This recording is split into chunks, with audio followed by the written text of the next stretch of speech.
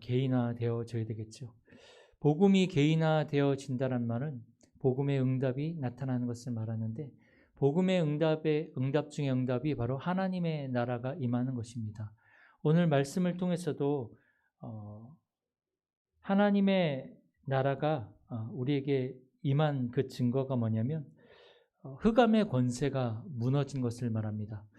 귀신의 권세가 쫓겨나고 사단의 권세가 무너졌다면 바로 하나님의 나라가 우리에게 임한 것입니다. 사단은 지금도 우리에게 많은 영적 문제와 많은 일들을 통해서 하나님의 나라를 놓쳐버리고 지옥 배경 속에서 살아가길 원하십니다. 단순히 우리가 하나님을 떠나서 지옥 가는 백성이다, 이게 아니고 우리의 모든 삶의 여정 속에 두려움과 염려와 걱정과 많은 일들을 통해 내 생각에 빠져버리고 또 혼돈에 빠져버리는 그러한 상황 속에 살아가길 원합니다. 특별히 또 우리가 살아가는 모든 현장들이 사단에게 이미 장악되어진 현장이기 때문에 자칫 잘못하면, 복음 놓치면 우리도 그 영향을 받으며 살아갈 수밖에 없다는 거죠.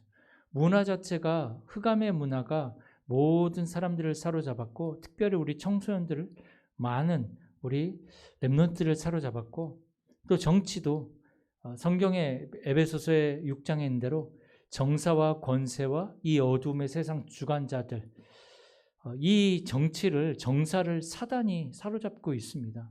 또 경제도 이 흑암의 경제가 사로잡고 있죠. 그래서 보면 많은 사람들이 점쟁이들과 또 많은 사람들이 우상을 섬기는 일에 사실은 어마어마한 그 돈이 흘러가고 있습니다. 이게 전부 사단에게 사로잡힌 거죠. 또 사람들은 스스로 하나님이 없다라고 생각을 하죠. 본인이 하나님이라고 생각을 합니다. 그게 이제 창세기 6장에 바벨탑을 쌓고 있는 거거든요. 그래서 시편 14편 1절에 보면 어리석은 자는 그 마음에 이르기를 하나님이 없다 하는도다. 스스로 하나님이 없다라고 이렇게 생각을 합니다. 무신론이 지금 대세죠. 하나님을 믿는다고 하면 굉장히 어리석다라고 얘기를 합니다. 하나님을 본 적이 없고, 또 삶도 보면 하나님이 계시는데 그 삶 자체가 굉장히 어려워요. 계속 가난하고. 근데 가난할 수밖에 없는 상태거든요. 나도 모르게 계속 이 경제가 새어나가요. 근데 본인도 그걸 몰라요. 그게 이제 사단에게 사로잡힌 상태거든요. 영적 문제에 사로잡힌 상태입니다. 우리가 가난할 수는 있습니다. 우리가 실수하고 또 우리가 좀 잘못해서 가난할 수 있지만, 이게 평생 가난하다면 이거는 뭔가에 사로잡힌 거거든요. 그래서 우리는 정말로 이 모든 부분들이 바로 이 사단에게 장악되어진 데서 나왔다는 사실들을 분명히 인정을 해야 됩니다. 결국은 뭡니까? 하나님이 없으면 내가 주인 되어지는 그러한 네피림, 그 상태에 빠져 있는 것입니다. 결국은 사단이 쳐놓은 모든 덫에 사로잡혀 있는 거죠. 가문에 그 영적인 문제가 있는데 보면 제가 이렇게 사역한 분들 보면 가문에 보면 자살하는 집안이 있으면 계속 자살을 합니다. 그리고 계속 이혼하는 집안에 보면 대를 이어서 이혼을 합니다. 그리고 이렇게 막 그 가난한 것도요, 이게 가문의 영적 문제거든요. 계속 가난해요. 본인은요, 일부러 가난하고 싶은 사람이 어디 있겠습니까? 몸부림을 치는데 안 되는 거죠. 그건 영적 싸움이거든요. 그래서 은혜 받고, 그래서 복음 속으로 들어가야 되는데 그거보다는 현실을, 말씀도 안 들립니다. 그게 영적 문제거든요. 그럼 계속 대를 이어서 가난할 수밖에 없는 그러한 상태에 있는 거죠. 상태. 그 상태를 바꾸지 않는 이상은 절대로 바꿀 수 없습니다. 그래서 정말로 필요한 게 뭡니까? 복음이 필요합니다. 복음이. 정말로 복음이 이 상태를 바꿀 수 있는 거거든요. 지금 보면 굉장히 사회복지가 발달해가지고 저희만 해도 지금 차상위 아닙니까? 굉장히 이런 사회복지는 발달해서 어려운 사람들을 도와주려고 하고, 어려운 사람들을 굉장히 이렇게 조금 그래도 잘 살게 하려고 사회복지도 발달하고 세상도 굉장히 편리하게 발달되어져 있습니다. 풍요롭고 편리한 삶을 살도록 점점 더 발달하고 있죠. 그러나 영적 문제는 더 심해지고요. 그로 말미암아 정신 문제와 또 질병과 집착과 뭔가에 중독되지 않으면 살아갈 수 없는 그러한 시대가 되어졌습니다. 그래서 보면 사람들이 지금 술 중독, 술을 못 끊어요. 저녁마다 술을 마셔요. 그게 틀렸다 나쁘다 이전에 뭔가를 의지하지 않으면 안 되는 상태라는 거죠. 마약도 마찬가지입니다. 뭔가에 중독되지 않으면 의지하지 않으면 안 되는 상황에 가는 거죠. 뭔가 다 한 사람씩 다 뭔가에 중독되어 있습니다. 그래서 하나님은 우리에게 복음을 주신 거죠. 거기서 빠져나오라는 것입니다. 그 상태에서 빠져나오라는 것입니다. 그 방법이 뭡니까? 하나님이 주신 유일한 방법, 복음입니다. 예수 그리스도가 우리에게 답이 되어줘야 되고, 이게 안 되니까 우리의 체질을 바꾸라는 거죠. 그래서 우리가 말씀도 계속 들어야 되는 거고 기도하는 것입니다. 그렇게 되어질 때 뭐가 임합니까? 하나님 나라가 임하는 것입니다. 예수님은 승천하시기 전에 40일 동안 제자들을 모아놓고 감람산에서 하나님 나라를 말씀하셨죠. 그 하나님의 나라가 우리 개인에게 임하는 것이 바로 개인 천국입니다. 그 하나님의 나라가 우리의 가정에 임하는 것이 바로 가정 천국이 임하는 거죠.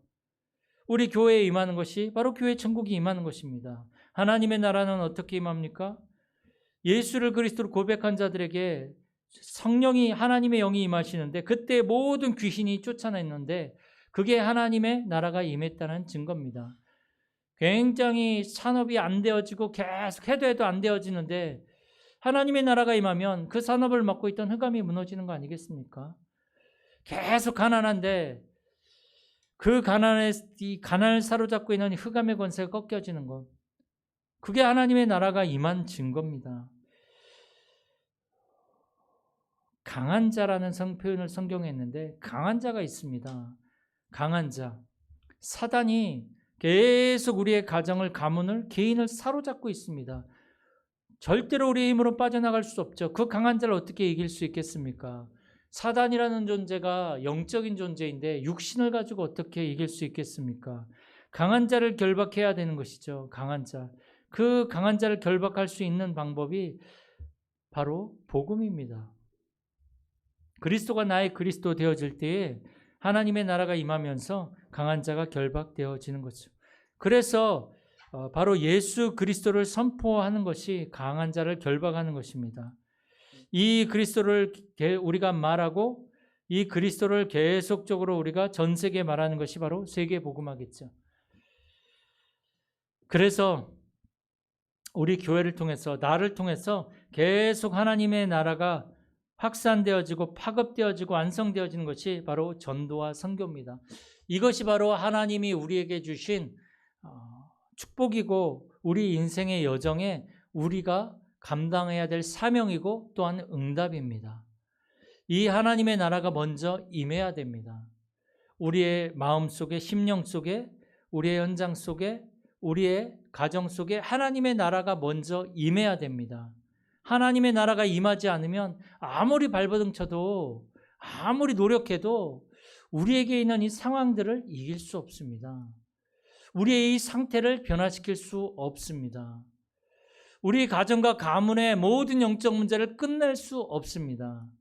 이 강한 자를 결박해야 되는데 강한 자를 결박할 수 있는 방법은 하나님의 나라가 임해야 되는데 하나님의 나라가 어떻게 임합니까? 바로 예수 그리스도 그 이름으로 말미암아 하나님의 나라가 임하는 것입니다. 그래서 그 이름으로 기도하는 거고 그 이름으로 영적 싸움하는 거 아니겠습니까? 이거 아니면 안 되는 것입니다. 그 이름으로 기도할 때 성령이 하나님의 영이 우리 가운데 오시는 것입니다. 그 성령을 힘입어서 강한 자를 결박하는 거죠. 그래서 이번 한 주간도 이 하나님의 나라 예수 그리스도로 말미암아 임하는 하나님 나라의 축복을 누리는 그 응답을 누리는 우리 모든 성도님들이 되어지길 축복합니다.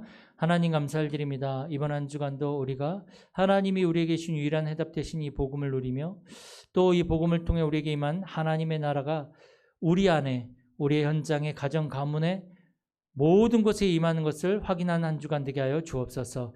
그래서 모든 흑암이 무너지게 하여 주옵시고 모든 영적 문제가 치유되어지는 것을 확인하는 한 주